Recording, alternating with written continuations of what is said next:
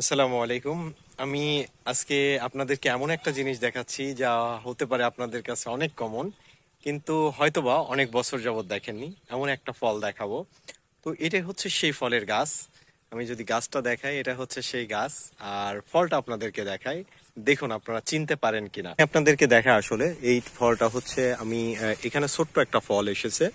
এর পাশাপাশি যদি হচ্ছে বড়গুলো দেখাই, যে এইগুলো আসলে বড় হয়েছে।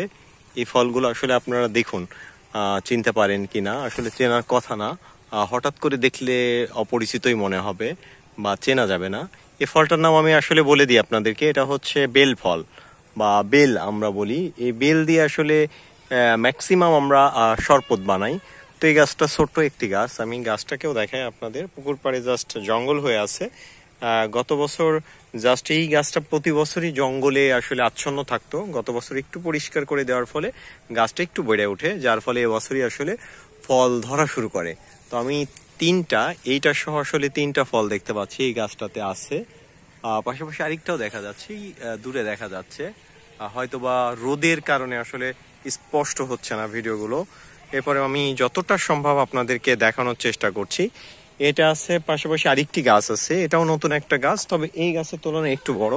গত বছর কিছু বেল এই গাছগুলোতে এসেছিল। তো এই গাছগুলোতেও আসলে বেলগুলো দেখা যাচ্ছে। আমি হয়তোবা ওইভাবে দেখাতে পারছি না, তবে এই বেলগুলো আসলে অনেক সুস্বাদু হয়। আর এগুলো আসলে সম্পূর্ণ দেশি বেল। দেশি বেল খাওয়ার আসলে মজাটাই আলাদা। যখন আসলে এই বেলগুলো পাকে রমজানের মাসে বা রমজানের সময়, এই রমজান মাসে যখন বেলগুলো পাকা শুরু করে, রমজানের মধ্যে শরবত বানিয়ে আসলে খেতে বেশ আসলে সুস্বাদু এবং তৃপ্তি সহকারে খাওয়া যায়।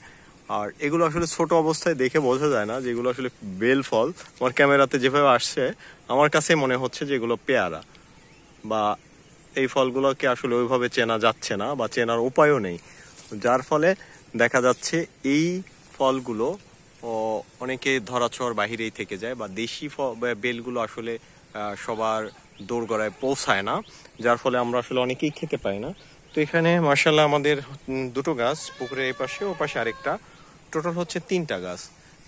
এই দুটো গাছের তুলনায় আসলে বাকি গাছগুলোতে ব্যাপক পরিমাণে বেল এসেছে।